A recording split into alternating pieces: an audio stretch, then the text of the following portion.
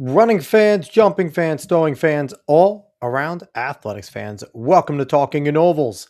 How is everybody doing out there on this Monday, March 16th, 2026, episode number 182? Hyatt, I know we had Meet of Champs. I know we had NCAAs, but I got to go off the jump. The most important thing that happened this weekend What's that? was the United States beat Canada in yet another sporting event, knocking them out of the World Baseball Classic just because I got to dunk on Canada from the jump. It's because why not? But all right. Nothing to do with track. You do you. Well, I'm going to bring it back to the world that we talk about all the time, track and field. And I'm going to go give congratulations to everybody who ran at the Nike and the New Balance meet. I mean, New Jersey definitely had an amazing showing, but I have one special shout out I got to give. One of my kids, Ace Etienne from Manasquan, is the national champion in the 60-meter hurdles for the emerging elite at Nike. Let's go. So, that's what we're talking about. It was a big time achievement for our school, and we're just extremely, proud and happy that he's one of us. And way to go, Ace, man! And couldn't have done it without his great coach, Coach Reed. Absolutely, she is our hurdle coach. Great job, Coach Reed.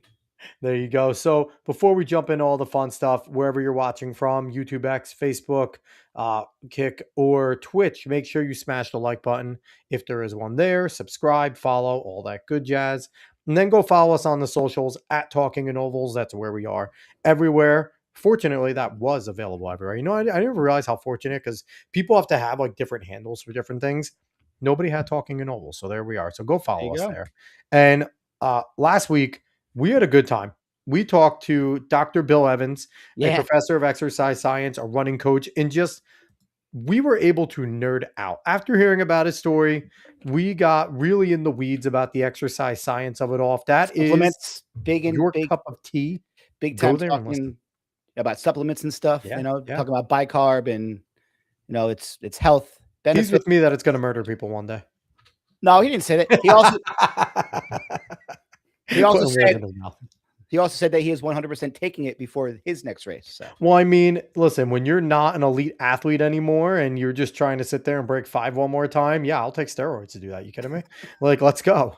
But all right, let's dangerous topic. Of course, but I love the dangerous. What am I? I'm like Simba. I live on the wild side. But all right, so let's jump into this week's show. We are ready to have some fun. So full disclosure, we were freaking scrambling, right, Dave? We had a guest and it was a kind of there. And then we're like, okay, we had to put out a back call. If anyone follows our social media, I made a quick little thing like, hey, you want to jump on the show? Let's go. Because we were ready to go on our own and talk our fat faces off and have like 6 viewers that would drop off to 0 quickly when they noticed it was just us. Sure. But we put out a back call and we were fortunate that we had 2 gentlemen that answered it. And, 2 great coaches, and we're excited to bring them in because we love our New Jersey coaches. So let's bring them in. We have Coach Brian Gould and Coach Kurt Wayton. Gentlemen, how are you? Oh, great. Thanks for having us. Doing great, guys. Thank you. And just for those keeping score at home, Coach Gould is currently, if I'm going to get it right, West Windsor, Plainsboro. I can never say the name. North coach?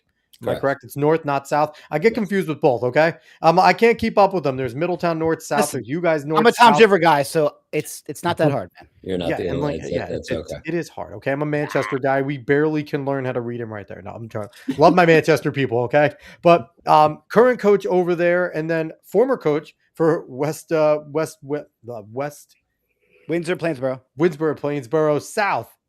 That's you, Coach Wayton. So everybody, thank you so much. Struggling. Oh, thanks for having us. Thank you. So before we get into the fun stuff and start talking a whole bunch about you two gentlemen, I like to do our tradition because it is being upheld strong. We always have individuals send us PRs, and this week is going to be no different because Coach Figueroa always coming in the clutch. We love our Michiganders over there. So let's get a quick read. He said, "Good morning, guys. Here's the final set of personal records for the Red Arrow Track Club indoor season. As our runners wrap up their seasons at New Balance Nationals, we've seen some incredible performances and hard-earned breakthroughs. It's been a fantastic stretch. Thank you, everyone. Thank you for everything you do for the sport and for helping us share these athlete stories." And I'm going to put that right back. Thank you, Coach Figueroa. You keep this segment alive. So, right off the jump, a middle schooler, 8th grader Taylor Schultz, young lady in the 400, ran a 60.57. So awesome job, Taylor. And then we have a 12th grade boy, Landon Rogers, in the 2 mile, ran a 9:29.86. He came back in the 800 and ran a 1:56.71. So awesome job. And then Mason Rogers, 9th grader, 1 mile. I'm curious if there's a relation because they're both friggin' fast. 4:32.99. So congrats to our Red Arrow Track individual guys. over there. Really good job wrapping up your season. I'm looking forward to getting all the PRs in outdoor. And now I'm going to throw it to you, Coach Gould. Where's the PRs? What do you got? What are you doing to us? Why aren't you sending us PRs? I'm sorry. But Promise that we always love next that. week. Any coaches listening, though, please, we would love to have more. We love getting them for all our Michiganders, but it doesn't matter where you are, what your athletes run, how fast they are or not. We just want the PRs. So send it our way. Your kids deserve a shout out because you know what? Honestly, the Sunday paper is gone. And that's what we always used to look forward to. We used to look forward to after dual meets, you would look in the Wednesday edition, go and see your name in dual meets. After the meet on Saturday, we had the Observer over here in Ocean Asbury County. Park Press, man. And the Asbury Park Press. And the paper's gone. So we're trying to be the paper right here. So send us those PRs so that we can be your Sunday paper on a Monday. So I want to jump right into the show with both of you gentlemen. And the first thing that we ask is always about your journeys in through running and everything like that. So I'm going to start off with you, Brian Gould over there. When did you get the spark to be a competitive runner? Not just started running on the track team for whatever, but hey, this is what I want to dedicate myself to and I want to get going. It took me a while. When I was a young kid, I grew up in Philadelphia. In the neighborhood I grew up in, we had the Alney Eagles, and that was my dad's dream, is that I was going to play football, and I was like 65 pounds. And I didn't want to get hit. I thought I was going to be a baseball player. I was terrible at baseball. So I'm one of five. I have four sisters. All my sisters are really good runners. So I followed that route. But when we moved from Philadelphia to Hatboro, which is a Philly suburb, I was a junior in high school and I just wanted to know people. So I went back to track, and Mike had a great coach. His name was Bob Wayton. And, it was the 90s. So we did weird stuff and ran like 25 miles a week and ran hard every day and all that stuff. Gym floors and everything and sprints and strides up and down the gym. Mile repeats with 10 minutes rest and all that good stuff. Every day was hard. Yep. Yeah, but he was just a fantastic human being. He would tell these great stories, and he was super inspirational. And looking back now, I think when I met him, I knew I'd be a coach. I went back to college, and I was worse as a college track athlete than I was as a little league baseball player. My college experience was not good. Welcome to the club. Welcome to the club. Yeah, you're in the right place. About halfway through, I ended up at Temple, who did not have a cross country team, and I was working at the Jenkintown Running Company, which was like the first running company of all those specialty stores. Yeah, and they had a club team, and I got a little bit better and a little bit better. And I was, we would do these Wednesday night runs, and I was talking to a guy who ran there who happened to be my older sister's high school coach. His name's Greg Green. And I was complaining about coming in second a lot, and I wasn't running fast, and I was feeling sorry for myself. And he sat down next to me for 10 seconds and he said, it's going to keep happening until you get tired of it. And I said, I am tired of it. That's the story I'm telling. And he just looked at me and said, it's going to keep happening until you get tired of it. So immediately after that, I really got into the process. I loved training.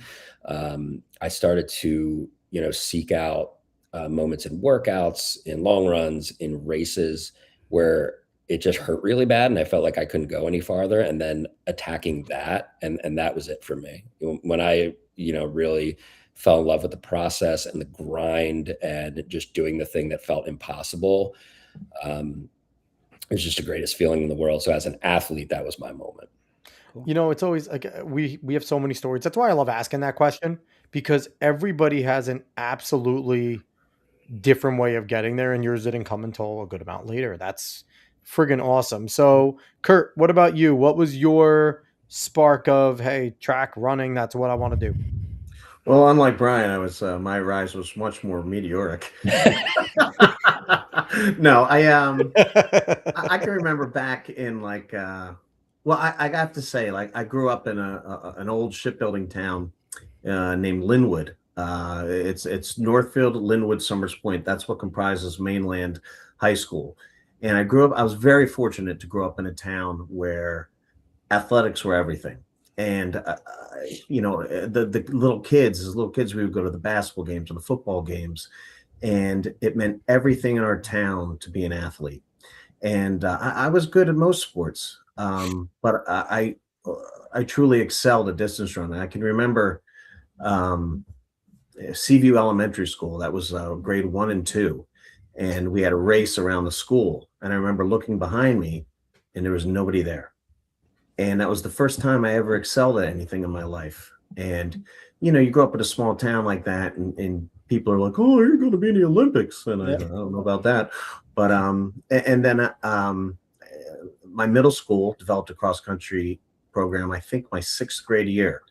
And I'm fortunate enough to have an identical twin brother. Yes. And my friend Brian here, is probably his crowning achievement is coaching the Rosas. And it's very tough, the dynamic with identical twins, because it's not a matter of, most kids you have to motivate.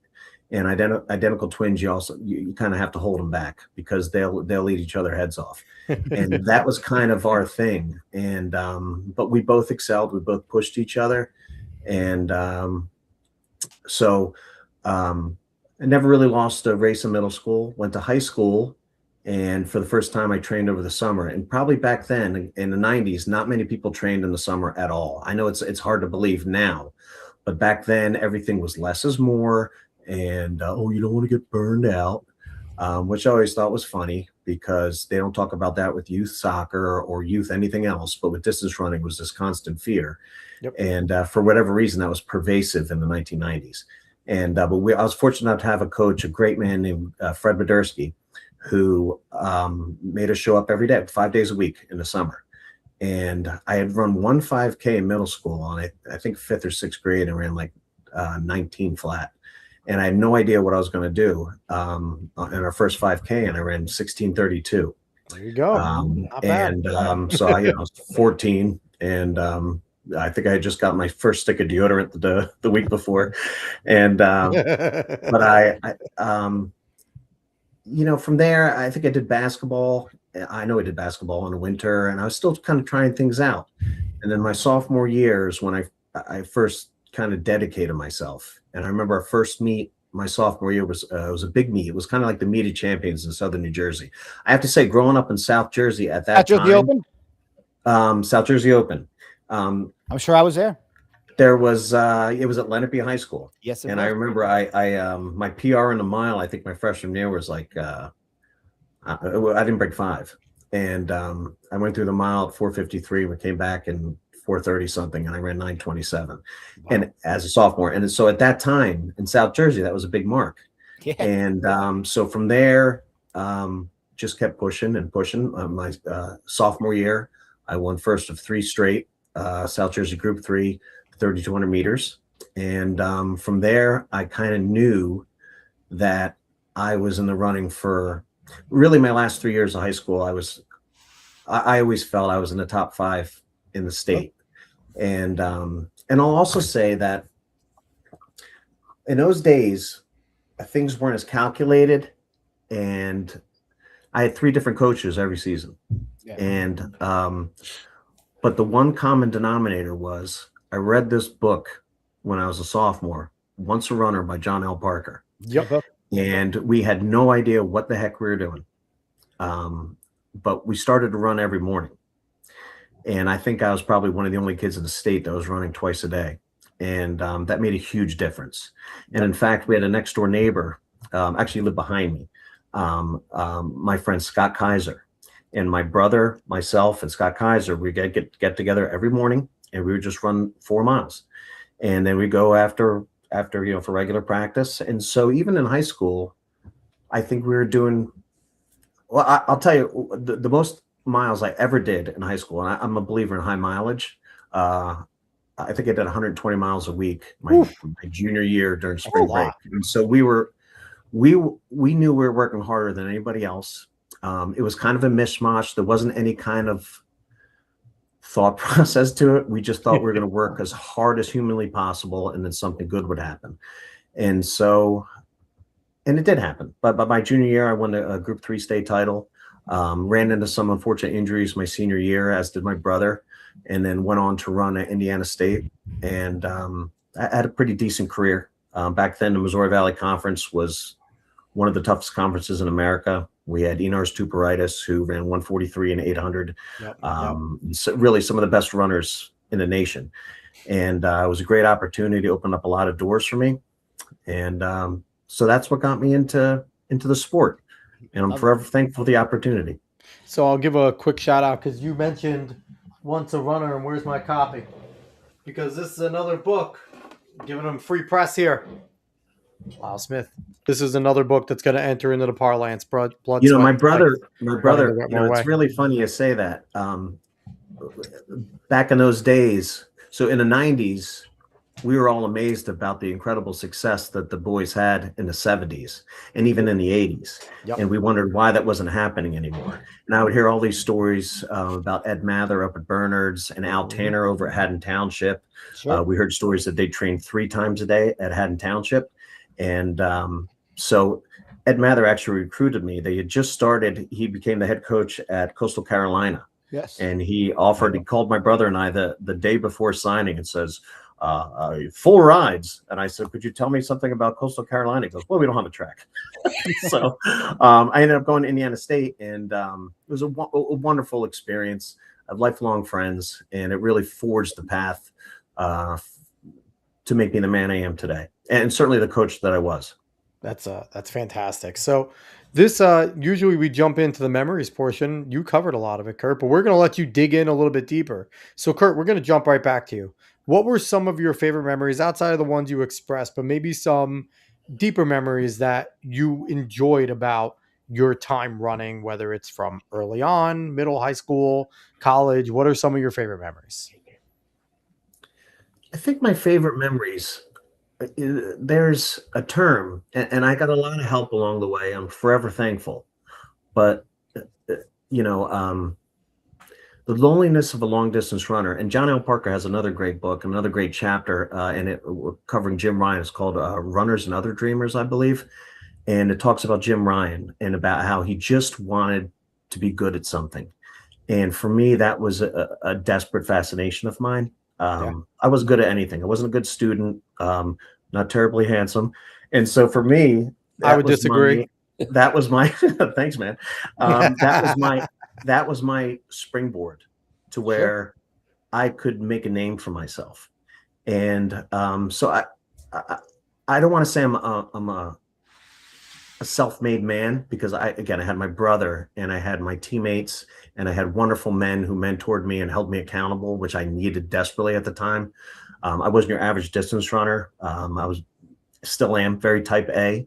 And that's rare in our sport. And so for me, for them to rein me in and discipline me and just give me the opportunity and set me up to succeed. But also it was the mornings, getting up at 5:30 in the morning and running and knowing and really believing that I might not be the most talented runner out there, but I was not going to be outworked.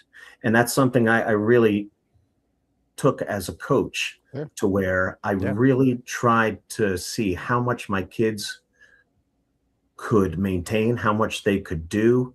I had a website for 13 years, and it was a blog, but it was everything we did, and it ended up getting an amazing amount of fanfare. And I would get emails all the time saying, "There's no way you're really doing that," because I would have kids that were running 40 times 400, and when everyone else went home for a snow day, we were running 200 times 100 meters in the parking lot. We were going to outwork everybody. And the density of that work eventually paid off to where I believe, and I really believe this in the heart of hearts, that for a good stretch, we were the most consistent, but also the most deep program in the state. Sure. To where, there were some times where we had 12 guys under 430 and the same under, maybe 940. And I'll also give Brian a lot of credit for that. I said before the show, we live in a very unique district. The lines aren't set up in any specific way. And so North kids can live across the street from South and vice versa. And so all of our kids knew each other. It's crazy. But we were never rivals. We didn't want to lose to them, because that means we weren't doing our job. But when North succeeded, we were the number one fan. And I really believe that when we succeeded, North was our number one fan. And so in a perfect world, it should be like Magic versus Johnson. I should have hated Brian Gould, but I always admired his work. And again, we did things very differently. Two different personalities, different ways of doing things in terms of schematics. But it was a wonderful time, because West Windsor-Plainsboro, which had not been a distance run community, nor had Mercer County, became one of the most dominant areas, not only in the state, but in the country. Yeah, man.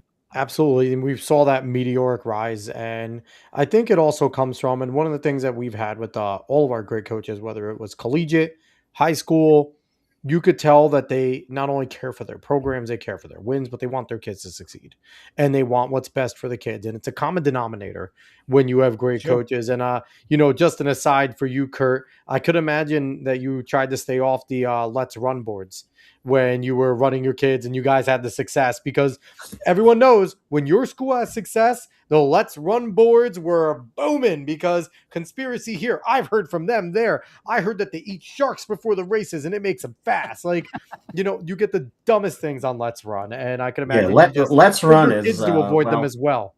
Don't Google Kurt Wayton on Let's Run, because I'm telling you, it's nothing but lies. The crazy thing is, we love Jonathan Gault on this show. Jonathan Gault's one of the best running reporters in the game. And he's the thing that's like, if any runner thinks of Let's Run, we're like, God, we hate that place, but we love Jonathan Gault. Like, it's like you have to do like with Jonathan, like he writes for them, but I don't think we affiliate him with like the boards. Like, he's just it's a double-edged sword. Journalist. It's certainly done a lot to, especially in its infancy. It was an access to. I know Brian and I are big fans of, let's say, Renato Canova, which on the surface, Renato Canova, the great Italian coach. Yeah, it's tough to equate that to high school training, but if you kind of reverse engineer it, there's brilliance there. And I don't think I would have gotten exposure to that if not for Let'sRun.com. Sure. It's just the message board. The message board is so Brian, that's a great way to put it. So Brian, what about you? What are some of your favorite memories from your time being an athlete and running? And even if you want to go through some of the coaching stuff as well, go for it. Well, certainly not reading this Let's Run message board. And the thing is, the worst part was too, telling the athletes to stay off, because I knew I friggin' loved going on it when I was in high school. Well, but the thing is, you remember when like the Die-Stat message board and Track Talk was a thing, and all these grown men would write about high school kids. The funny thing is, though, we also had, when I was in high school, we had MySpace, and all like the runners around the area. And the fun thing for being a guy in MySpace was you had the little wall of comments, and all you did was make fun of each other. And it was the most heinous things that if they can go back and read like all of our MySpaces, and I'm talking like we were athletes from because I was in Manchester. So the Monsignor Donovan distance runners, the Southern, the Lacey, Tom's River guys. And all we would do is, it would have nothing to do with track, just say the most heinous things to each other.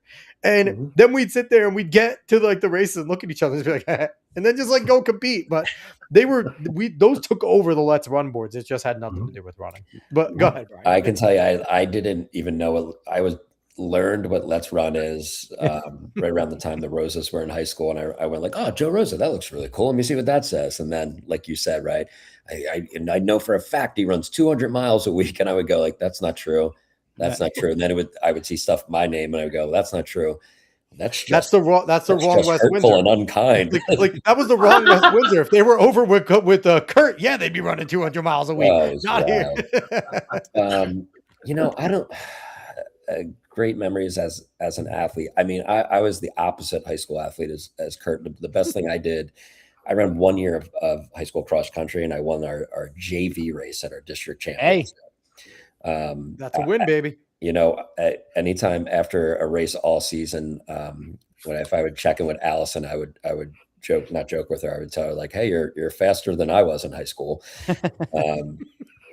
But when I got into road racing, I mean, a lot of girls now that are running in the top level are faster than most of our friggin' PRs in high school. It's unbelievable. Like, these girls would make varsity teams back in the early 2000s, late 90s. It would be good varsity teams. Yeah, they would be number one runners on some teams. Yeah.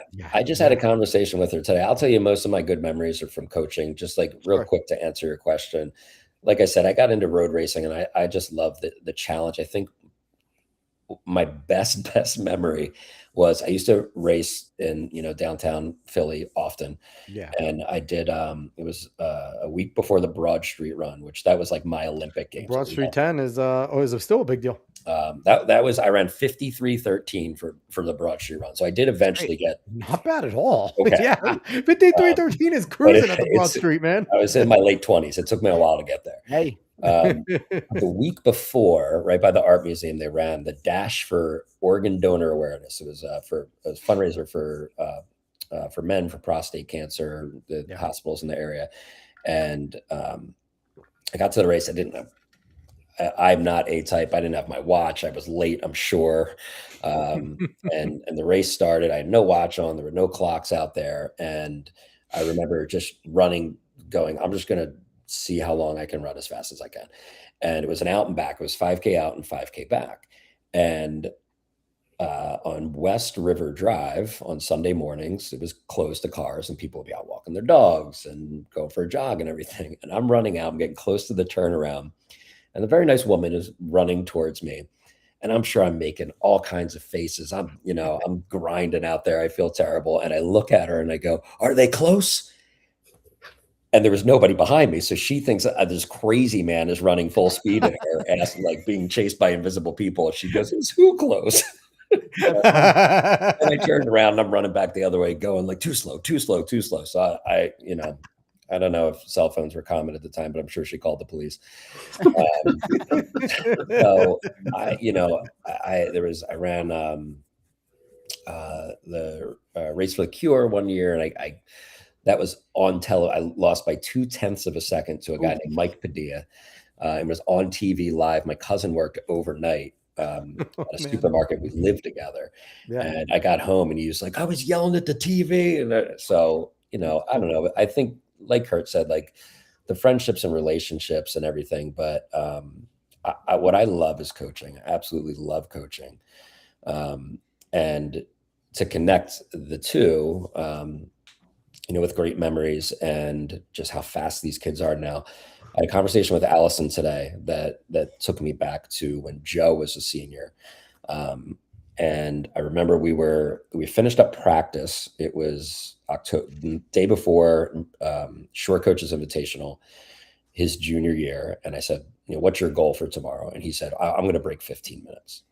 And I laughed, and I didn't I didn't intend to react in a way that was hurtful to him. What he said was so outrageous to me. Because the sports record was 15:16. 15:16 was like the standard for a long. I mean, that was like, it was like the unbreakable time. Like no one's getting Jason DeJoseph's record. It's just not happening.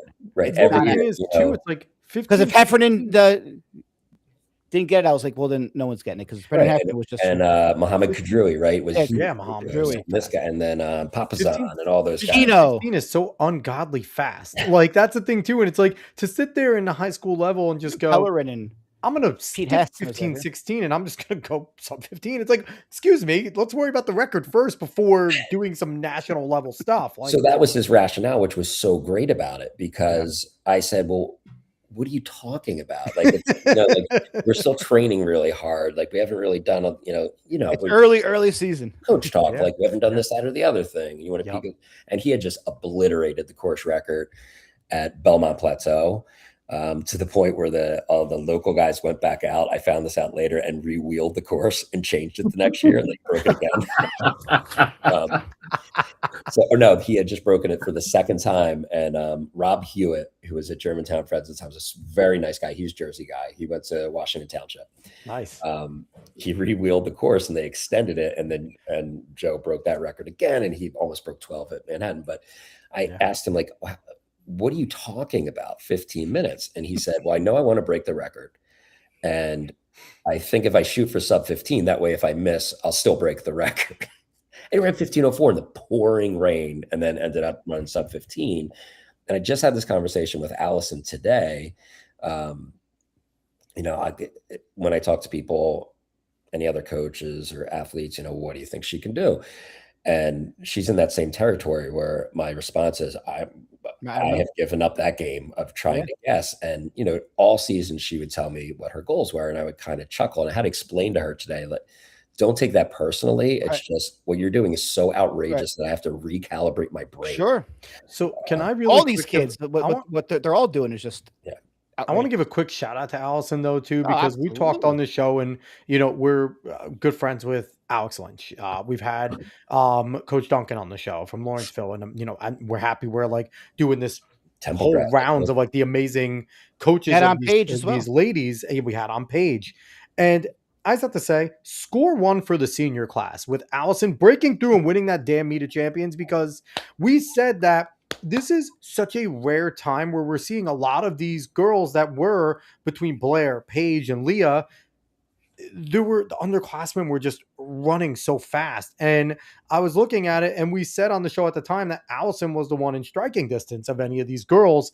And to see that breakthrough, like, I think we all breathe a sigh of relief, because we're like, score one for the seniors. Like, we love all those other girls. They're all amazing runners, but we got to keep the seniors. They had to sit there and, sun the underclassmen every once in a while and just say, hey, I'm a grown woman. Let's go. I mean, just Allison, like just watching her race, she's just fearless. Like she's always right up front pushing the pace, and like, it just, for whatever reason, like she just, someone always beat her at Meet of Champs or whatever. So just to see her win was just, it was my favorite part of the whole meet, was just watching her.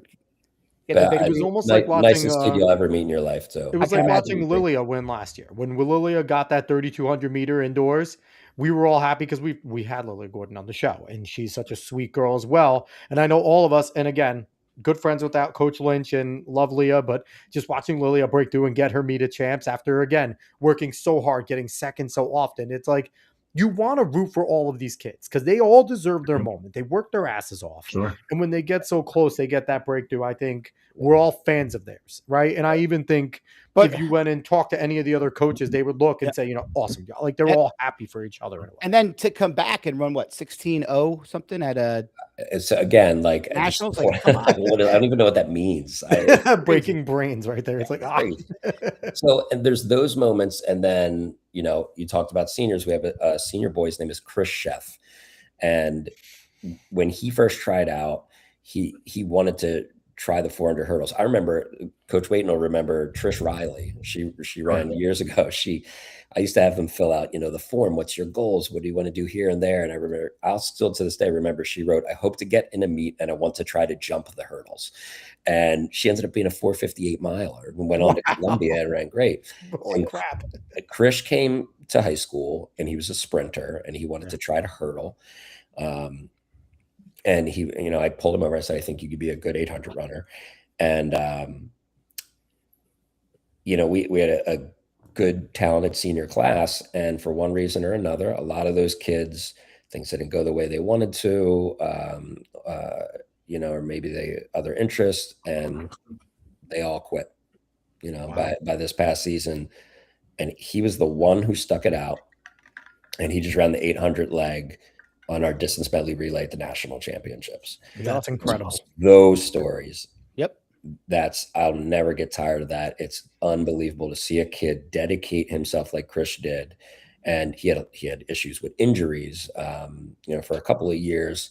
And a year ago, he was, just one of the guys, and he decided in his senior year, like Coach Wayton said, he trained his tail off this summer. And then, the first time you really train, sometimes the byproduct of that is you really hurt. Yep. Coming back, so many kids in 2026, living in the society of immediate gratification would quit. And he saw it through. I was so happy for him, just watching him. We drove, myself and Coach Altvader, we drove. I did this 20 years ago, and it went really well. And as a 46-year-old, I wouldn't recommend this. We drove up to and from Boston the same day. That hurts. Oh, but to see him run for 2 minutes and 4 seconds, I would do it 100 times over. Yeah, so those are my best memories and where I'm at in the sport right now. And there comes a certain cachet, because like obviously, you're both successful coaches. Dave, you're a successful coach, but there comes a cachet with when you've already done the successful thing and you go up to that kid who's a sprinter and they know that you've had successful runs with other kids. And when you say to him, hey, I really want to see what you could do in this race, it definitely helps, right? When you've done things before, because then that kid looks and goes, okay, if I don't trust him, then what am I doing? Like, he's obviously built the program. We've been good before, so why not trust him with this? And believe me, like you just gave that sprinter a death sentence for a moment. You're like, wait a minute, you want me to go and run 2 laps? One's hard enough for the 4x4. What are you doing? And then, but and there's a lot of these kids, especially the kids that want to hurdle, they have the strength to go and run an 8. That's what like the 400-meter hurdlers.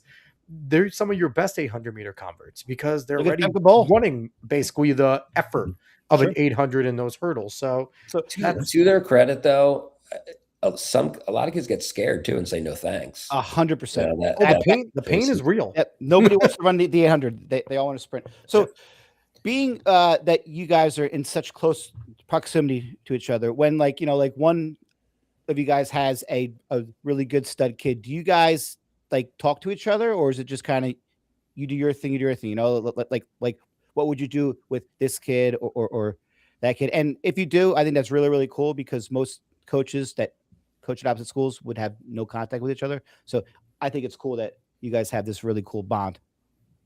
There's been a million. Brian, I'm talking. Sorry. We could see this. There's been a million times when I've asked Brian for advice and he asked me for advice, and we bounce stuff off each other. And again, there's a lot of mutual respect. That's very important in coaching. You can have your own system, and I encourage every coach to have their own ideology, but you have to be open. And you can't be a know-it-all. Know-it-alls can't learn anything. And in the field of coaching, but especially education, and maybe even in life, know-it-alls can't learn anything. And so you constantly have to, especially if you see coaches having success. And so Brian's been a very good tool for me. I hope I've been a good tool for him as well. And I think it's priceless. I wish there was more of a community in coaching, especially distance coaching. There's some clinics and some distance summits, but I would like to see more interaction and bouncing things off one another. People get too set in their ways. Agreed. And I can't tell you how differently I would do things from year to year based on 100%. The ingredients I have. If you have a pound of meat, one year you're going to make a meatloaf, and then the next year you're going to have cornflakes. Well, you ain't going to make a meatloaf. Right. And so you have to be very smart in how you optimize your talent. And maybe you haven't done that before. And that's when you reach out. You know, I Agreed. will say this though, you both have joined a pretty exclusive New Jersey coaches clique with the Jersey coaches that have been on Talking and Ovals. We basically started to encompass the Shore Conference. So now we're like reaching out of our realm here to go into, you I guys love it. and all that stuff. But so I want to get into kind of the team building because you both mentioned, coaching and team building and stuff.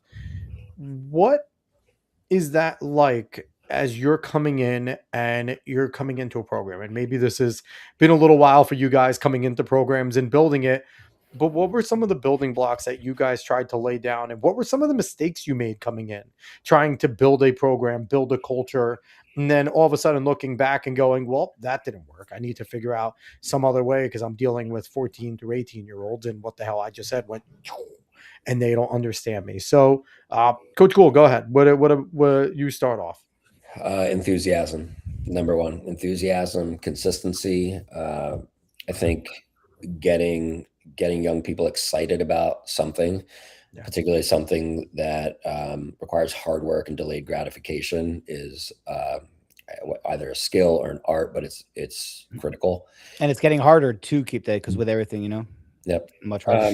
And I would say yes, for sure. And also, I forget who said it might have been, it was either Lydiard or Percy Crudy or one of these guys said it, he said every village, but every town has potential state champions in it who need a good exercise evaluation and someone to believe in them out loud. So I think just believing in kids and building them up from the inside, that's the most rewarding part of what we do as it is. So being consistent and, on the last point as well, I'll tell you, I think great coaches steal from everyone. You have to. You should.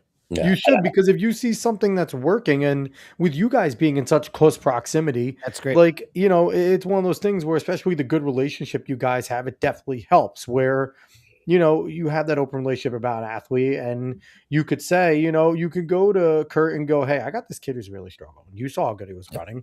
What would you do? Okay, where's his mileage at? It's here. And you might get the surprising Kurt comment of, okay, tone it down a little bit. And then you would think like you feel his forehead. And I don't think Kurt's ever said that. you see if he's sweating or one of the things Coach Wayton told me that I will always remember is when in doubt, do more.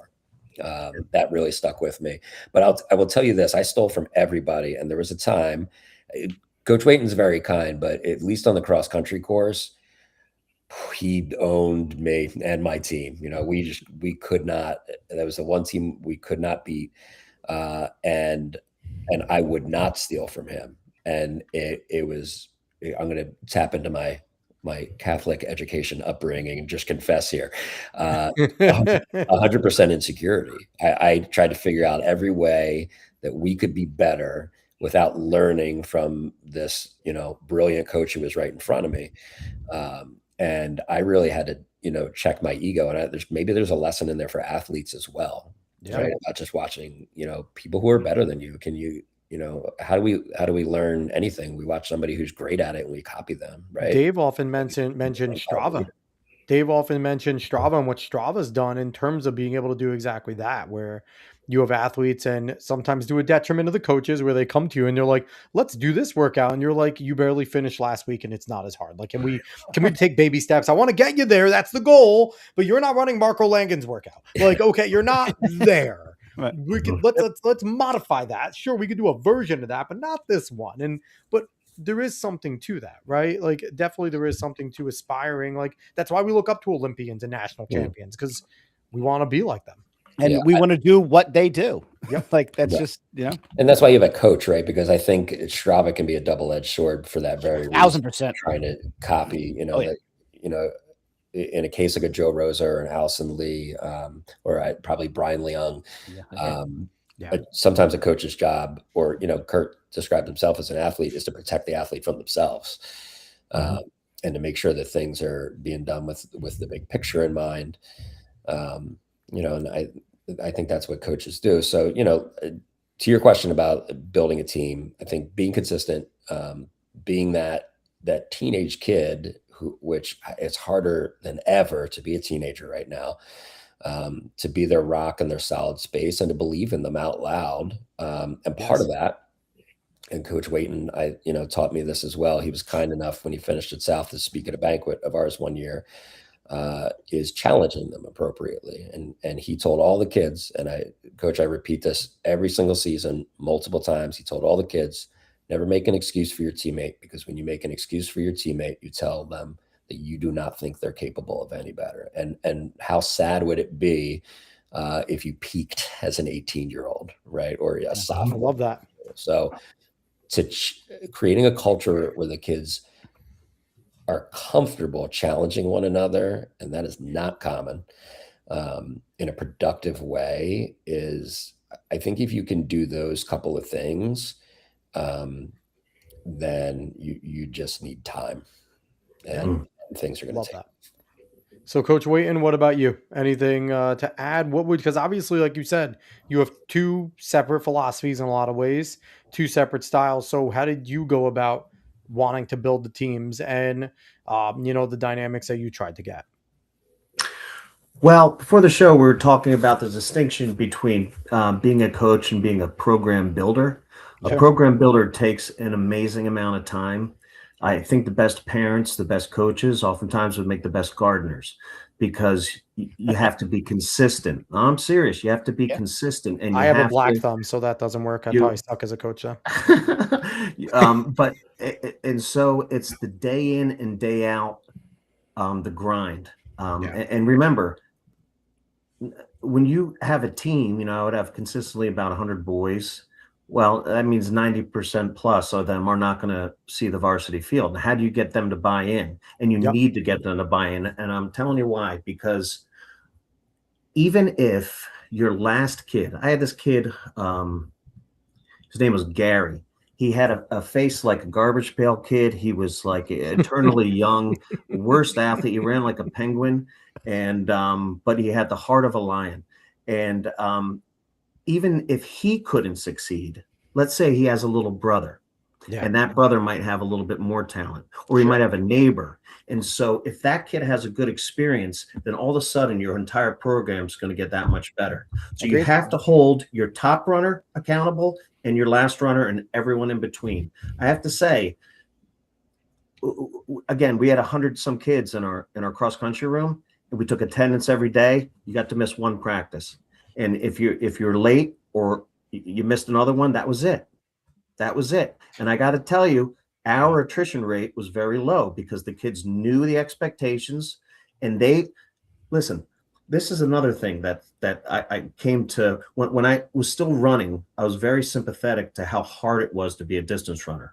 Once I wasn't able to run anymore and put on a couple pounds, I became much less sympathetic. I forgot. Well, I think one of the things that you have value of, though, is, and I think a lot of coaches run into this, an administration, right? Because if you had the administration behind you to say, okay, you cut this kid, why? Because he missed two practices.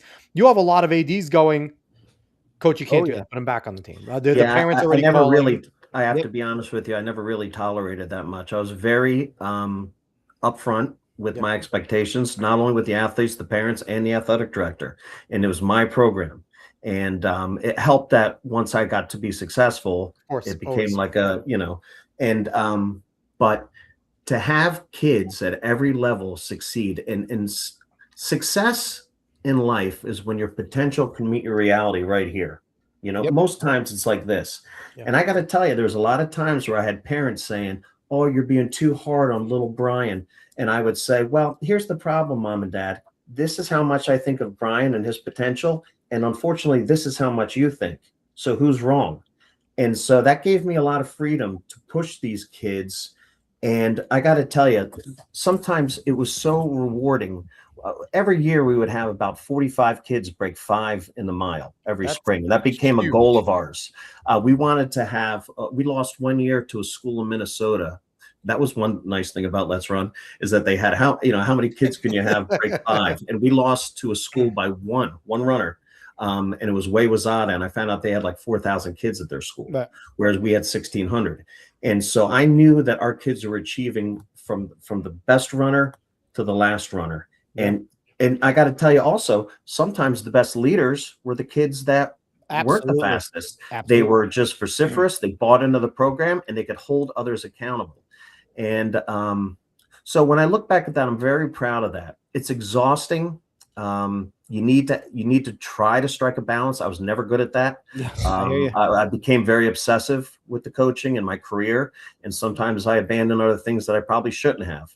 But I have to say that for a solid 10 years, for the rest of my life, I'll have a lot of pride that I made a big difference with thousands of kids that otherwise, what Brian and I are teaching, as much success as Brian has had, as much success as I had, none of us has had an Olympian. But we are putting kids out into the world that become adults that can outwork everybody else, that have strong character, tremendous morals, and are proud of themselves because they know they've done it. And what better gift can you offer a young person? Agreed. And I love that. Yeah, thanks. I love that. That's awesome. That's and that's the thing too. But that's where every great coach I've ever had, and I'll begrudgingly say, including Dave, every great coach that I've ever had has always told me, whatever you do out there on the track, the course, the field, the court, doesn't matter if I didn't help make you a better young man.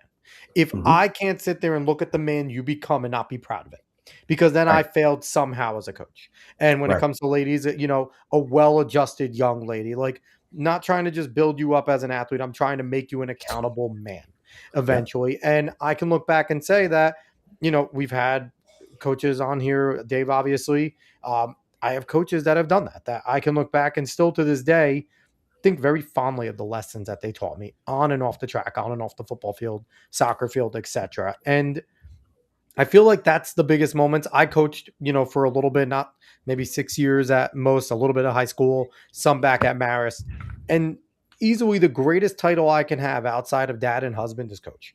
It's just the coolest thing when you have kids and you all experience it, where you haven't seen them in 10 years. And now you see them, they have a family, they have kids, and they come up. And the first thing they say is, "Oh, hey, coach." Like, it's the coolest title. Better.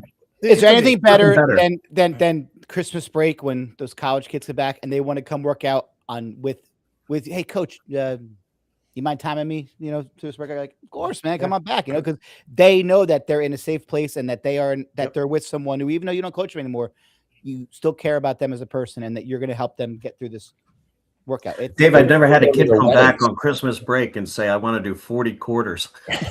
Well, because they're not doing as much in college. They're doing less in college than they are there. I did gloss over one thing I wanted to make clear for all the coaches out there is that, and it is counterintuitive. I didn't finish the thought, and I apologize. The more demanding you make it, the more respect kids are going to have. And believe me, the more demanding you make it, you will attract kids because kids want to earn the right to be proud and confident. Yeah. And if you make it easy on them, no one's going to have respect for you. But if we were the biggest sport in my high school for a decade, and we were the big Mahoffs, and everybody knew that if you were doing cross country, you were tough. And that's something that is a real badge of honor for not only myself, but my athletes. So the harder you make it, the more demanding you are, the more you ask of your athletes, the more respect they're going to have for themselves, the program, etc. Well, kids and people demand structure too. Like, we all need structure. As much as people are like, we don't think so, but we all think so. But when we're left to our own devices, all we do is self-destruct. It's really just, that's right. It's just human existence in a nutshell outside of just sports. So I want to go to you. Oh, Dave, you have something? Go for it. No, I just have a question for, I'm not sure what question you're going to ask. No, go for it. You can listen, you're the host too. So, tell me to shut up. Nah, I've never done. So, Brian, when you have someone like the Roses who are at that elite level, and not just statewide, but nationally, do you ever have to sit back and be like, and think to yourself, I might never be able to coach kids of that level again? And does that make it harder to keep going, like knowing that maybe you've already had the best kids that you've ever had, and so early in your career too? Or do you look at it as there's going to be other Roses coming along? No. There's only one. I was just curious because, like we were talking about like Coach Lynch over at Ocean. Like, he has Leah now. Like, he's a very young coach. Like, so what is it like to have that maybe the best group you ever coach as a young coach, and still be able to like keep on Give Coach Lynch some advice. Uh, he might need, he might need it in the next few years. That's a great question because I worked had a colleague as a teacher who Coach Wayton started with Coach Bond, who told me early on. He said something. Said like you should write a book, and I went. I didn't write any of that stuff down. Right. So be nice if I did, right? My cousin Bill, the same cousin I talked about earlier, who I lived with. I remember one day him saying to me, "Would you ever want to coach like Craig Forrest?" And I said, "No, that seems like a lot of pressure." And then shortly after, I went, "There's two of them." Right. Yeah. But I mean, I've been fortunate enough to have 3, 4, 5 of those once in a lifetime kids. You have one now. Yeah, on the girl side, absolutely. And and to Kurt's point, to Coach Wayton's point, it can be exhausting because you put so much time and so much effort and just so much emotional energy into it, right? Like, I mean, when Allison won the Meet of Champions, I'd go, wiping my eyes before I congratulate her. All of us were, because listen, here's the thing though, and I said it before on the show, and Kurt, you could speak to this more because you had more success than all of us running. You had a very successful career. Is there a better feeling than watching your athletes do it though? Like, you have all the success and you love it. And it gets to a point when, like you said, you have seen how many kids break 5, but when you know that one kid has been at 501 for 6 meets and all of a sudden he goes 459, you're elated, right? It's like you just won the Meet of Champs with this kid. And there is something to that, Brian, where of course you're going to feel as emotional because, like we said, this is a breakthrough for Allison that she has deserved to have for the last 2 years. And it's so awesome to see her get it.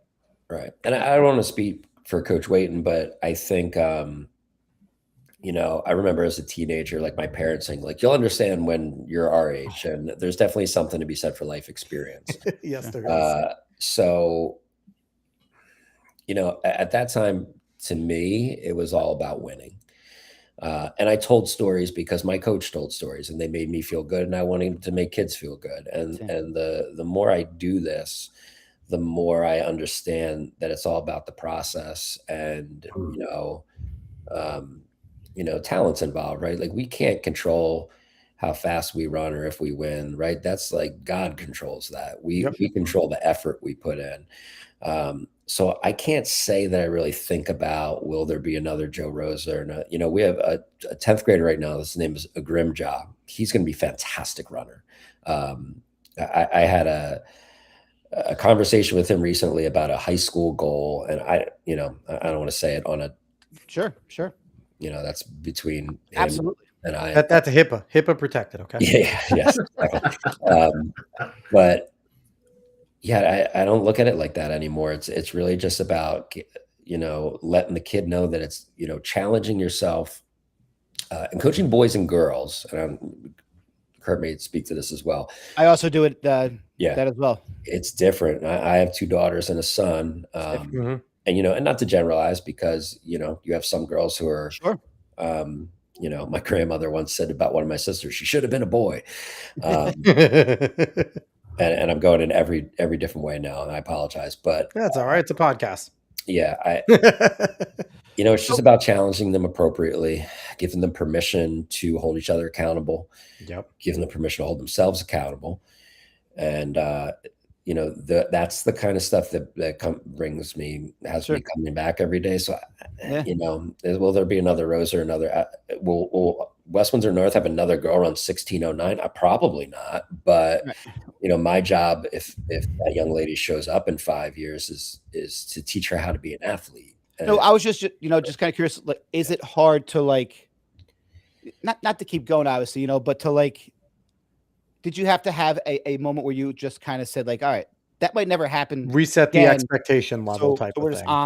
Just on to the next. I guess I'll be able to tell you in 3 months. I don't know. Here's the thing too, and I think I think there's kind of a if you build it, they will come type of thing though, because if you build a good program, and obviously it's getting tougher and tougher being public school, in order because with all the clubs that are coming in and the parochials and the privates that are really gripping, and it's tough. But if you build it, and the top athletes in your school now want to come out and compete for you instead of, those soccer players and those midfielders. Okay, do I want to go play midfield, or do I want to become the best 800-meter runner in our school's history? And that goes through XC. And so if you have that program, and Coach Wayton, you could talk about this because you had the most popular program in your school, and how many of those kids would have probably went to maybe go play a skill position in football or go play soccer and try, where instead it was, no. The best thing to do, the best place to be is on that other team, on that cross country team, on that track team. So I think there is something to,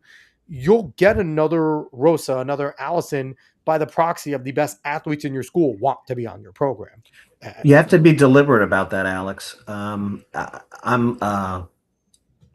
Brian and I are special educators. Same here.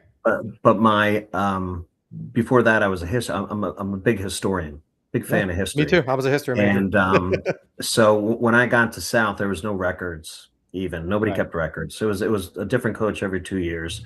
And so when you got to our gym, we put up these huge record boards. In addition, cross country, track, and field had their records posted. We had everyone that had ever broken 10 for 2 miles, everyone that had ever broken 2 for 800. Awesome. I'm talking about the boys' side. Yeah. And the first good distance runner ever at South, I believe he ran like 4:32. And so I put him as the mile. And then the kids would look at that every day. And I signed a Brian Leung jersey in my handwriting and put it in there. And I created like this museum. And you would not believe how kids would stare at that and aspire to be that. Those were their heroes. And you also have to celebrate success. That's not going to make you very popular, especially in this sport, because it makes you seem, immodest. But I would never apologize about my kids and their success. They worked for it, and I celebrated it. And so we were very big about celebrating success. And I think the kids deserved it. They needed it, but it also perpetuated the popularity of the program. And it made us, again, it wasn't by design, it wasn't by accident that we became a popular program, is that we pushed to make it the biggest thing going on at the school. And you have to do that. And I want more emotion. I want more emotion in our sport. Yes. I am tired of the expected, you just won a state record. Okay, go like robot off the side. Don't do like, no, cheer a little, like be happy. And I don't want, don't go talk trash, especially at the high school and college level. Like you haven't earned anything yet. You're a high school athlete. You're a college athlete. You haven't done anything. I think the pros should absolutely talk trash to each other. I think they should, there should be some heated rivalries, but at the same time, I think, like you said, athletes should be allowed to celebrate and be happy. They should be allowed to be emotional. They should be allowed to be expressive. And we have this really dumb image of what the track athlete's supposed to be. You make a big win, cross the line, do one fist pump, and then go pretend like you never did it. It's like, no, be happy for your success. Alex, look what's happened with Marco Langdon. I never met Marco Langdon. He's so great. Never met him. And, but I think he's being himself. He's real. I think that a lot of kids that are going to be brought into the sport because they say, hey, this kid's cool. He is by far confident, but he's getting a lot of pushback, and I don't like that. He's a young guy figuring it out, and he might not be modest, but listen, I would win a stupid race in college, and I would go out to the bars that night and think every woman had their eyes on me. That's how of success feeds your ego. So most people will never have the success that this Marco fellow has had. But I think it's fine. I think it's good for the sport, and I think it's good for our young people. He's not out there hurting anybody. He's not out there. I loved the way him and Habtom Samuel handled the 3K with the pushing and shoving. Yes. And with the way they both handled it, number one, they both handled it like grown men. With grace. And, it was, Marco with his comments, and I love the way he went at the reporter where he said, he's like, I love that he said it's a physical sport, right? He wasn't trying to make any excuses. He made a move. Habtom responded. He wasn't mad. It happened. I made a move. Right. He did something, and I couldn't. And he said, those 3 guys beat me. It is what it is. Right. Come June, I'm going to bleed, and they're not going to. And then the reporter, are you worried about a protest? It's like, why are you more worried about a protest? The race is over. And then to Habtom's credit, he flat out said, I'm not going to let a guy pass me right on my shoulder. I'm going to defend my turf. If he wants to get out in the other lane, sure. But if he's going to be on my shoulder, I'm not going to let somebody just go on my shoulder. I'm like, you know what? We need more of that. We need more, because those two are definitely going to look at each other at the line. They're going to nod with respect, but they're both going to want to murder each other next time they race. And we need more of that. And they handled it like grown men. A little bit of masculinity there on both sides, and I loved it. It's fine. I don't know if Dave remembers, but in the early 90s, my brother and I made cross country a full contact sport. I do recall. Listen, I used to race against you guys all the time, because for every listener out there, Kurt's team and my team would battle out for state section titles. I was Tom's River South, he was Mainland, and like every year, like we would just lose sleep over how are we going to beat Mainland, because you always guys had that top three. I mean, I mean, Chris Greer was good, but he wasn't as great in XC. He won meet champs in track, but like we had him. But then it was just we had like 6 guys that were all in that top 20, whereas you guys had the 3, and then we would just pack everyone in. But I mean, I think we won 3 straight years by a total of 22 points, something like that. It was crazy. Like I mean, we battled. No, so Kurt, I actually wanted to ask you something old school. Being down there in South Jersey, it seems like runners back then had a harder time transitioning to Homedale than they do now. You know, I felt like not you or your brother, but there were some kids down there who would always run flats. Do you find now that it's not as big of a deal from where you're born as opposed to running at Homedale as maybe it was in the past? I don't care if you live on Mount Everest, Homedale's going to really hurt you. It is. I raced all over the country, and Homedale, it's a killer. And I developed a workout when I was coach with Brian Lee Young. We don't have any hills in West Windsor. The plateau starts at Princeton. That's why the canal's there. Yeah. And so the hills start there. Brian and I never had access to hills. And so I got creative, and I came up with a workout called the Bowl Beater. And the Bowl Beater, this is before Brian Lee Young won the Meet of Champions. He did it in 30-degree weather, and I still think, I could be wrong about this, but I think it's the largest margin of victory ever. It's when he raced Doug Smith his senior year. He was awesome. Very Doug was such a good runner too for Gil St. Bernard's. Like, great. Doug was so friggin' good, especially as a freshman and sophomore. He just took the whole world by storm, Doug. And Doug had started to race really well in September and October, and we were kind of biding our time. But what Doug didn't know, and the state didn't know, is that we were doing this workout every week. And the workout, his best workout, never forget this, it was a 2-mile, and it was a packed track because we have 100 kids. And he ran in the middle of a work week. He ran a 9:20, and then he rested for 40 seconds till the clock hit 10. And then he ran an all-out quarter, obviously simulating the bowl. So you're going to fill your legs up with gunk. He ran a 63. Then he waits 57 seconds until the clock hits the next minute, and he ran a 4:37. And at that moment, I knew he was prepared for, so you have to work with whatever tools you have. We used to run the Longport Bridge in between Summers Point and Longport, New Jersey. I don't know if it had any kind of,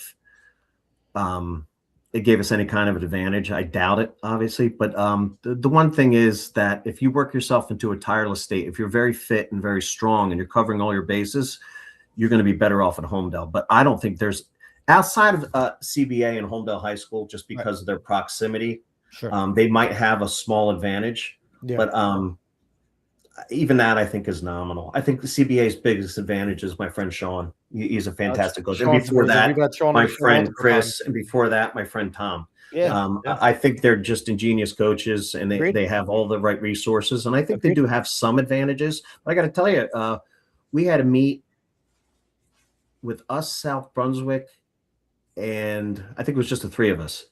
And we raced everyone from 8 to the back, and my kids won. And so when you looked at the depth of the program, obviously we were doing really well. We just couldn't beat them. And that's a testament to their coaching and their athletes. But I don't think there's an ingredient to win Homedale. I mean, I remember the bus rides home in high school, like, I really thought for a moment you were going to say that you had so many kids that you would just pile them on top of each other and have him run over them and like simulate hills by using your other athletes. I got to say, I don't think I ever, at a team level or individual level, maybe with Brian, I don't think I ever got Homedale right. It kind of tortured me. I did well at other courses, but Homedale's a conundrum. It's I a think they're mystery. getting a really good leg up by doing an early season race up here at Bowdoin, where I am, Mhm. because I'm right next to Bowdoin. That's Bowdoin Park. another one. Bowdoin, Good that's the Lord. whole second mile's Yeah. uphill. The whole That's second abusive. mile is terrible. But I think because they're doing this early Bowdoin meet, it's Mhm. getting a really hard rust buster off their legs, and it's doing a really tough course. So, and the other kids in the Northeast, if they're more by the city, run Van Cortlandt to do the back hill. So you have at least 2 spots there to get ready for a really hard course. And then, honestly, for those that have run it, Dave, you run it a ton. The first that first hill is the true killer at Homedale. Oh, That first God. hill sucks because Brutal. your legs are exhausted by the time you get to the bowl. That's what makes the bowl hard. It's not necessarily the bowl itself. That first hill, you Yeah, it's the need to first run mile. hard because of the friggin' funnel, and First that mile. trail gets so thin. It is such a hard course. Right, Homedale- all the first mile. Go, Kurt. I have a good story about that. My junior year, I didn't win sectionals. My brother won sectionals, and I had one short coaches by a step over my brother. Yeah. And I fell at the starting line, and I freaked out. So at the state meet, the Group 3 meet, I just panic attack. I opened up like a literally a 50-meter lead at the top of that You first probably hill. ran like a 60 in that first 400 on the flat. Like you Right. But then the last mile, I was a dead man walking. And I remember everyone yelling to me. Eamon Blanchard, a very good friend of mine, was behind me. He got second place. And Yeah. everyone said he's coming. And I'm telling you, if someone had a gun to my beloved grandmother's head, I'd say, kill her. Because I couldn't do it. It's just, But anyway, I never got it right. As an shout out athlete. to Eamon Blanchard. His daughter got second at Second, Meet second, Champs. a fantastic awesome. young. 208. She's at the Wilberforce School. Yes, She's she got is. a fantastic coach, Coach And it was- Lois. Yep. And it was just I hadn't seen Eamon in forever. Yeah. And like just seeing him was awesome. Man. I'm like, hey, He's Eamon. actually the chief of police in I know. Plainsboro, which is Yep. across the street from where we worked. Yeah, That's he's a awesome. great dude. Yeah. Great So- guy.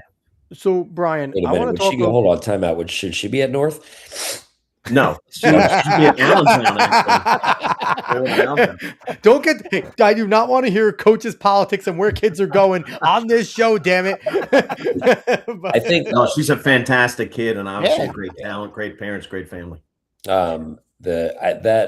that first 800,000 meters at Homedale Park, that's the old Mike Tyson quote. Everybody's got a plan until they get punched in the face. And that's how at North, the way I describe it to them is you're going to get punched in the face over and over and over again the first mile. And if you weather that storm and then the rest of it's easy.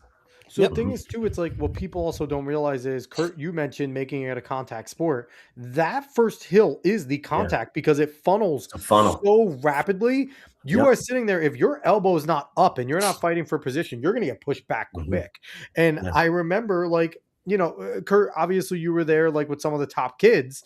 You would look at each other and just be like, can we not right now? Like, let's figure it out. Once we get out of that, then let's race, but can we not be assholes? And everyone's like, sure. And then you get there and you're all elbowing each other. So it's just, cross country is a contact sport Sure. when the coaches and the officials can't see. Okay. In the woods, it is always contact. So, and anyone that's run it knows that. Like, it is just, it's just the way it is. And that is part of it too. And that's the thing. If you've never run Homedale, and me, when I was a sophomore and, my first time running there, Dave, what was I? Maybe like 5'1", 5'2". I was a shrimp. And I just remember getting there and thinking, okay, it's like every other race. I'm going to go up there, fit in with the top guys, kind of hang on and do what I can at the end. And I hung up there. And then all of a sudden another kid comes and I fall back. And I wasn't willing to do what I needed to do. And I learned very quick at Homedale. Well, not to sound like an old fart, Alex, but you ran when it was groomed. Yeah. Oh yeah. Dave and I ran, and They people have don't no talk idea. about These guys that. have no idea. You want to talk about Jason DeJoseph broke 15, 9 16. as a sophomore in high school, 8:59.7. Back when that didn't happen. Yeah, and he was an unbelievable, very well coached. Mike Glavin coached him, who Yep. became the coach of St. Joseph's University. But he was a full grown man when he was 16, and but that course back then, it was I don't know Any if you bit remember, of Dave, a rain. short coaches, it was buckets, and it was literally I had in javelin spikes. ankles. I had an inch long javelin spikes. up. Yeah, you half inch spikes.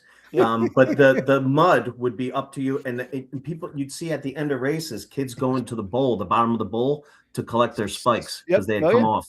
It was brutal. And the fact that Heffernan ran 15:37, because that was probably the worst years for Homedale, or 15:32, I believe. Yeah, 15:32 was unbelievable. We could say the same thing about current Homedale, though. Like, I can look back at my time in Homedale, look at current Homedale, and be like, listen, could have broken 16 here. Like, I could have ran really fast on this course. I remember being in that race, and I was on my way into the bowl, and Brandon Heffernan was on the other side already. That's the worst. I was like, I was a People freshman. forget how good he was. Oh, I had Craig Forries to deal with, so I understand. He won Kinney. Like, it was similar. Brendan Heffernan won Kinney at maybe twice. And I believe he was 10. No, I think he was 10th as a junior. Yeah, but he was he was about 6'4". He ran with his chest up. He really looked like a deer. He didn't even look like a human being. He was those North Hunterdon teams were tough. Those North Hunterdon teams. Yeah, Pat Dolan. Dolan, was the second guy. Pat Dolan. I think they went 1-2 with the state meet. Chris Robinson won my senior year. There you go. Robinson won. Coach Torchia jumping in over here. Love hearing from these two stud coaches. Thank you, Carl. Carl listens. Carl listens all the time. He's one of our biggest fans, and he refuses to come on. Carl, you got to come on the show. So I want to jump into this because you both mentioned about leaders and stuff like that. So I'm curious, and Dave, you could jump into this while being a coach. Can you create a leader, or is it something that it just comes natural?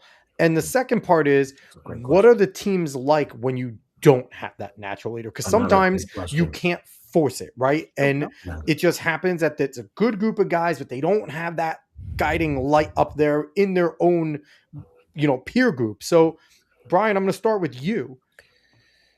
Answer all those as much as you'd like. This is such a fence-sitting answer, but both. There are definitely kids who come to high school as we would say born leaders. Testament to their parenting, right? That's a product of great parenting. Sure. We graduated a young man named Luke Ferrer last year. Incredible leader. From silly little things to he's a big kid. He looked like he could have played football, and he would throw a tent over his shoulder. He was just by himself. He would carry this tent, and he struggled a little bit in his senior year to, he just kind of hit a wall, and he got into a slump and a funk, and which was hard to watch for him because he loved the sport so much. But the kids who are running fast now, that wouldn't be happening without Luke. He was, we have a banquet at the end of our season. Best captain I had for many, many, many years was a kid named Tyler Corkdale. I remember. Or John Squarey, right? Names that Coach Wayton will remember, they just got it. And Luke is an old soul, and I'd put him right up there on that Mount Rushmore of leaders. I can tell you, on our track team a few years ago, we had a fantastic athlete. His name still is, I assume, John Owens, and I remember having and I don't know if you know this, Coach Wayton. John's a police officer in Princeton now. Not surprised. Yeah. And I had a conversation with him maybe his sophomore year about leadership. And I grew up a Philadelphia sports fan. It was a Charles Barkley moment. He said, I don't want to be a role model. I don't want to be a leader. And I said to him, I asked him, do you know what it takes to be a leader? And he gave me all the answers, right? All the correct answers. And I told him it takes one person who wants to follow you. And then the only choice you and everybody, John, wants to follow you because you're a great athlete. So your choice is what type of leader you're going to be. You're going to be a positive leader. You're going to be a negative leader. And he really grew into that. So I don't think he knew he had that in him, or maybe it wasn't something he necessarily was comfortable at that age, at that time in his life doing. So, going back to one of the first things we talked about, just building him up, and he became a fantastic leader. And this was a kid, it had some teachers in the school who, would approach me and they would say things about this kid who were unkind, right? And Yeah. they didn't understand how to get through to Love him that. in class. And my response was always, I love him. I don't understand this scenario you're describing because I love this young man. Yeah. And he became a great leader. So I think you do have kids who come in and they have leadership qualities, right? They were raised in a way where those were instilled in them early. So can you make a leader? Using that gardening analogy again, you certainly have to, water the garden and weed the garden, right? You got to get the bad influences away and the positive influences there. And I think you in that way can introduce a young man or a young woman to leadership. And maybe it's not something they thought they could do, but if they're willing to, work on it as a skill, then I think you can. Coach Wayton is a blast from your past. The name Russ Coleman was a guy who he went to the same high school I did. He was a great runner, like Coach Wayton was. And they had some great races at the like the Foot Locker level. I was at a national meet, and I don't say this to speak poorly about Russ. I don't even really know him.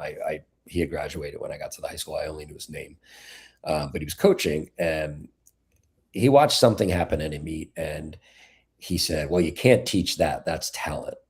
And it didn't sit well with me because I think you can teach anything. Sure. And I think leadership is one of those things you can teach. And if the athlete, if the young man or young woman is willing to embrace that challenge, I don't see why you can't, I don't know if make the leader, but certainly develop the leader. So, I mean, here's the question, because I haven't really coached anybody to the caliber that you guys have. Is it hard for your best runner, your best athlete to be that natural born leader? Do they have too many other responsibilities they have to work on in terms of their training or not? Do they have to be somewhat selfish? I was just thinking about that. Again, as much as my Brian, I am different. I'm very demonstrative.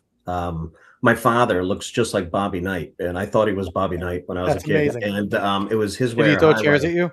And more than that, but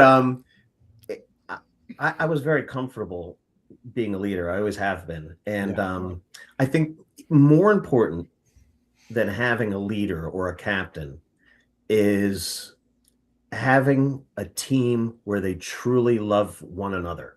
Agreed. I can give you 1,000 examples, but I'll use Brian's team as an example. His first grade team, the Winnemedia champions, went out to Nike and I believe finished third, Brian? Fifth. It was so cool for me to watch it from afar on video of these little kids from our town that were out in Oregon fighting against the best, and they were just normal kids, but they loved one another and they were willing to die for one another. And I can tell you many times as a team, my sophomore year in college, we were very close knit, and we had a very, very good season. We're top 30 the whole year.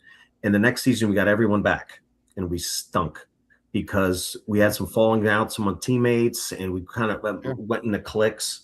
And we were more fit, we were more ready, but we just didn't have that gel. When you get to the line and you're nervous, not about how you're going to do, but you're nervous about how you want to do well because you're part of that team, that's imperative to have that kind of team success. So I'll put that above leadership. Leadership is important. You need to have everyone buy in. But I was just thinking as Brian was talking, out of all the really elite runners that I coached, I can't think of one that what I would call like a great leader. They were tremendous teammates. Sure. They were tremendous workers. They might have led by example, but they weren't vociferous. I'm vociferous. But they weren't that way. And it was just as effective. I think it's hard though for that top person, especially at the level of the guys that you've coached, to be that great leader, because you almost have to be somewhat selfish in some way. I mean, not selfish in a way that is detrimental to your team, but you have to be selfish and just have that inner self belief in that you don't have time for other people to come up to your level. Like you just have to be. I agree with that 100%, Dave. I think my brother at the collegiate level was able to hone in and really kind of just pay attention to himself. And that made him in some areas a better athlete individually than I was, because he was able to just really concentrate on himself, maybe even at times separate himself.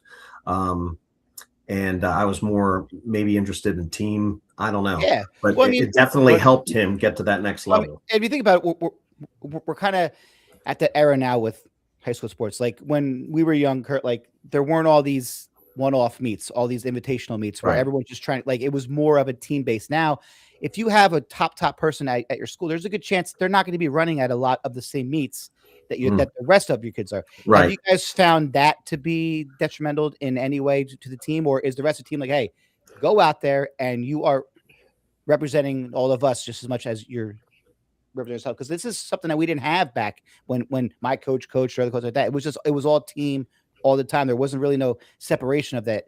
Do you mind if I answer that? Go ahead. Yeah. Yeah. And I'd like to add to that too, Brian. We don't do it. We don't do it. The Jim and Joe, they never went to Arcadia. Allison's never been to Arcadia or Brooks PR. We don't do that. And so I think, just to tie together your question with what Kurt said, I think to be a great teammate at that level, you have to be selfless. Or I heard that guy, instead of selfish, he said like otherish or something like that. But yeah, you got to be selfless. And, even Foot Locker, Joe and Jim never went to Foot Locker because they wanted to bring teams to Nike that had no chance at advancing, but they believed they did. It's awesome. I remember Allison wanted to bring her team to Nike, and that didn't work out for, different reasons. But what I think is the hardest thing, and I don't want to take the question off track because I know Coach Wayton wants to respond. I think the hardest thing for a Joe Rosa or an Allison Lee or Brian Leung, when it comes to leadership, is that it's hard for the other kids to relate to them. Sure. Right. So when Joe Rose is saying that you need to work harder, it's so easy for that kid to say, well, that's easy for you to say, you're good. Right. Same thing with Allison Lee. And then that teenager has to, in their world where the most important thing is being accepted by their peers, has to do the unpopular right thing and continue to choose to set a good example. I couldn't do it as a high school student. No way. See, real quick before you go, Kurt, I just think that the best athletes are naturally thrust into that position, though, because the team does look up to the best athletes on it, and that's in any sport. And obviously now with the Rosas, with Allison, with Brian, you do look up to them because they're doing the best workouts. They're leading the team through. They're the guy that gets, or the girl that gets the points in cross country at the top level. And I think there's something to be said about there's these silent leaders, right? That just do it by example. And then there is the demonstrative leaders, like you were saying, Kurt. So I think there's a little bit of difference in how athletes lead. And you see it even at the pro level. Like you could bring it to basketball again. Like you talked about Charles Barkley. Kawhi Leonard's a leader. Kawhi Leonard doesn't say much, but he's a leader. Like there's no way that on any team Kawhi Leonard's been on, maybe outside of his first year at the Spurs with Tim Duncan, who was another quiet leader, no one's going to not say that those individuals aren't leaders, right? They're not your demonstrative guys, but because they're so good, what they say does carry some weight. And I think at the high school level too, I do think kids are looking up to them because they are doing all these great things and they want to get there. So go ahead, Kurt. And you're right, but if, as Brian was saying, if they are still a member of your tribe, and your tribe at the high school level is your high school team, and you're beholden to your high school coach. One thing that I do not want to see, and I am out of coaching now, but I do see it creeping in, is, and I don't care if I make anyone angry, is I'm very cautious about club coaches and these club programs because I see it as a cancer. I think when you have coaches second guessing high school coaches that are doing it for pennies on a dollar and that are putting in their time and they're building up these grassroots things, taking time away from their family, and they got some needle brain that's saying, "Oh, don't do that, don't do that," and well, I want to take you off to practice 2 days a week. I would never tolerate that, and I don't think any coach should. No, I think club coaches have their place at the developmental level, maybe middle school, but I think at the high school level they should go away.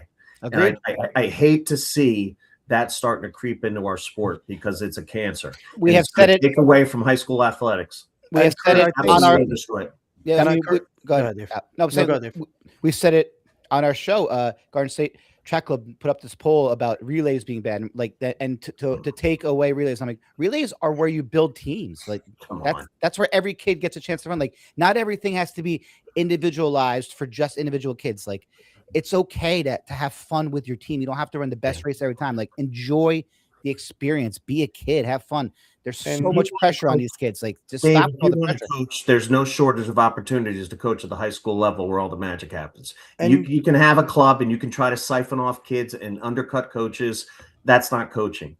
And I really think it's disingenuous. And Kurt, you want to be a coach, there's plenty of opportunities. And I see a lot of bad advice, and I see a lot of selfish advice. And I see a lot of talent hogging too, to where these coaches cannot let go once their kids go to the next level and they become that second year. And I have to say, I've seen it happen to where kids are pulled in two different directions, and it should not be that way. It should be your parents are in charge of the home. It'd be no different than Dave, me getting in the ears of your children being like, Dave can't make meatballs. I'll make you. Come on. What kind of breadcrumbs is he using? I'm the meatball king. Now, how crazy would that be? But it's starting to happen way too much, and I don't like it. It's the unfortunate reality of it too is, if a parent's paying for coaching, let them go there. Yeah, but I think it's human nature that they then, I'm paying this guy. Well, and they are running for these clubs, but I think the issue is like they start running for these clubs when they're young, so that's all that they know, that's all that their parents know, so they have that trust, but they don't even give there's not the natural progression that we all had. Like, you run middle school and then you go to high school and then you go to college. Some of these kids are staying with these coaches all through college too, like years. Kurt, you mentioned it from the jump though about the respect amongst coaches, and you wish there was more amongst the distance community, and that's what I would like to see, because I don't think there isn't a place. I think, not to interrupt you, Alex, I think there's respect. I would like to see more cooperation. Okay. And I like competitiveness. I grew up a Larry Bird fan, and I hated LA, and I think that's what made the sport great in the 80s. Yep. That being said, if I was bad-mouthing Brian when we had all these great competitions all these years, that wouldn't have been productive. We had the same kids in the same neighborhoods, and we all elevated each other. And that's what we can do. New Jersey has become, but can even get better if we all kind of support each other and push each other forward. I think that's the key. Yeah, and forget all those things I said about you. None of it was. So, and the thing is, it was all true, Brian. Coach Wayton and I have a common friend. His name's Todd Robinson. Mm-hmm. He was an Olympic development, or was an Olympic trial level swimmer, and he's our swim coach. That's awesome. And I do not know how he tolerates the club swimming. It's awful. Oh yeah, it's crazy. And he's a great coach. He was our long and triple jump coach. He's such a great coach. He picked that up. He was fantastic at that. And he's the most humble person you'll ever meet. He will not stand in front of those parents and say, I was a world-class breaststroke swimmer. Mm-hmm. And the stuff he deals with it's not only unfair to him, the kids don't know what they're missing out on. I'll give and that's going back to that, Brian. That's what I'm talking about. When you have kids that are only coming to the meets because they're training with the club coaches, that doesn't give them an opportunity to become a good teammate. No, and not at also all. It doesn't give them the opportunity to become a leader. So my plea to the club coaches and I think that, there are plenty of spots where maybe there isn't a great coach because they're just taking it for a stipend. Mm-hmm. That's where the club coach could be useful, because you might be getting these diamonds in the rough that are not getting trained. Mm-hmm. But I do think there needs to be that mutual respect where a kid inquires, a parent inquires, they ask the high school, and that club coach gets in touch and calls Coach Gould and says, hey, I have so-and-so.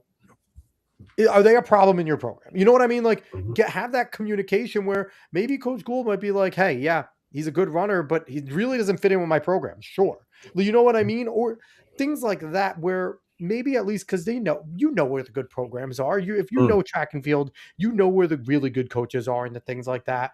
And there should be that mutual respect of so-and-so just came to me. I know they're your athlete.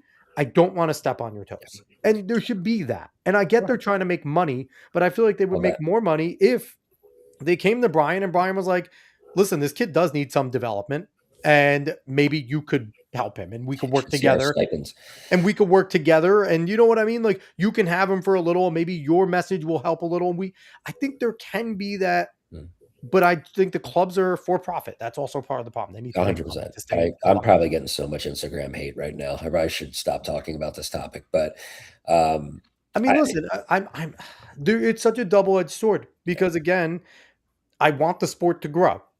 Well, yeah, you touched on something else as well, and Coach Wayton was great at this, and this is something I try to do right by my coaches. If you're a head coach of a program, Coach Wayton talks about building a program.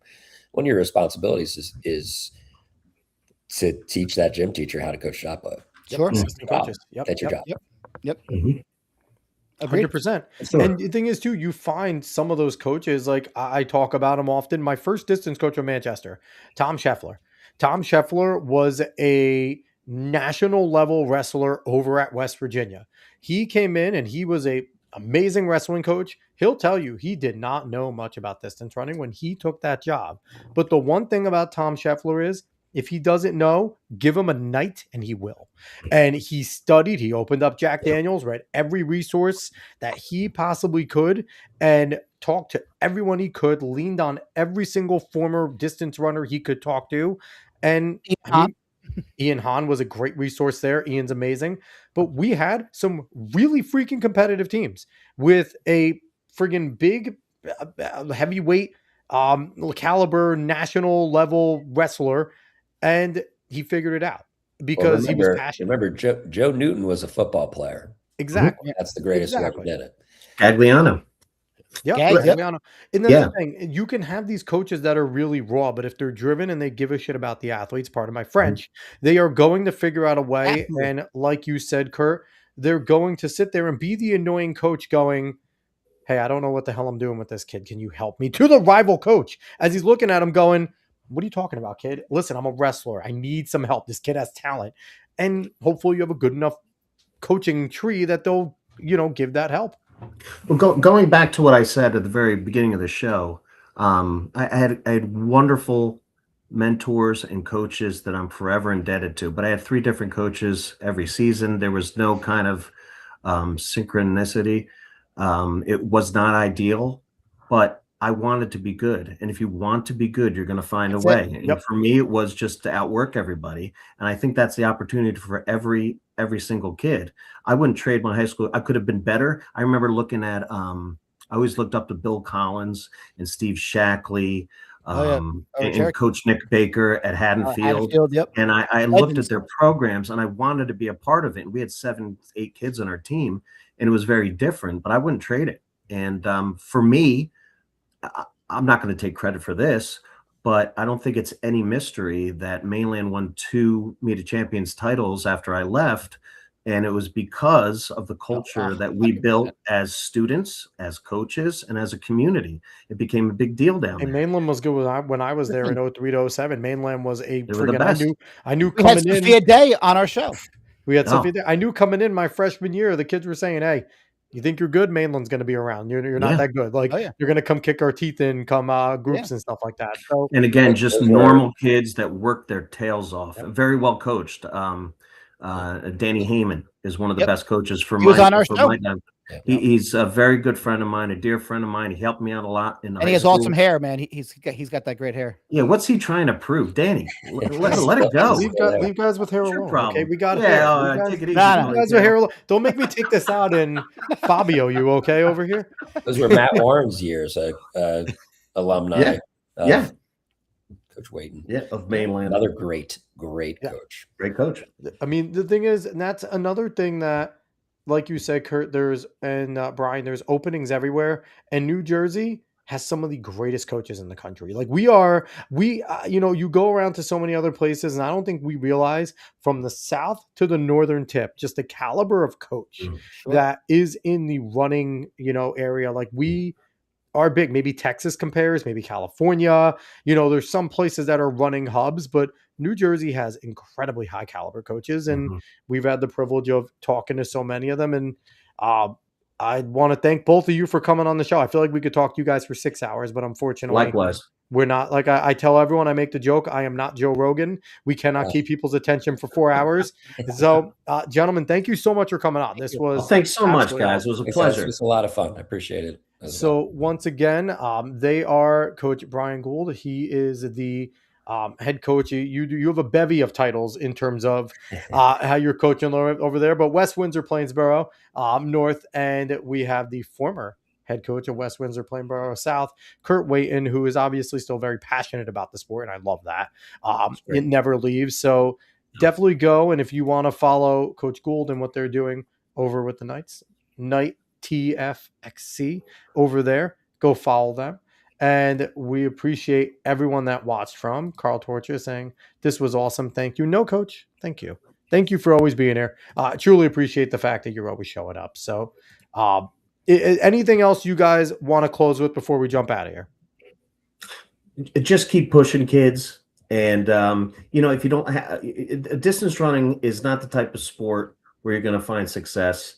I know Coach Gould and I, when we have a young kid come in as a freshman, we're not thinking about how they're going to do the next dual meet or even their freshman year. We're training you to optimize your career by the time you leave high school, and that takes time. This is a patient sport. It's not one of these sports where you're not going to be an overnight success. Just stay with it, because for every Allison Lee was not always Allison Lee. She was just a quiet little girl as a freshman making her way up. And so if you push yourself in a sport and you do the right thing and you're consistent and you're passionate, you're going to be a success, not only in the sport, but obviously in life. I like that. Coach Gould, you got anything? You got any inspiring words like that? I feel like Kurt just showed us all up. My favorite athlete of all time, Billy Mills. God has given me the ability. The rest is up to me. Believe, believe, believe. Running brave, man. Running brave. Absolutely. Right. So everyone, we appreciate you watching wherever you watch from, X, Facebook, YouTube, Kick, or Twitch. Make sure you smash the like button, you subscribe, you follow. And, the more you do that, the more you get to see awesome episodes like this with some of the fantastic coaches that we get the privilege of sending the back call out, and they respond. Damn it.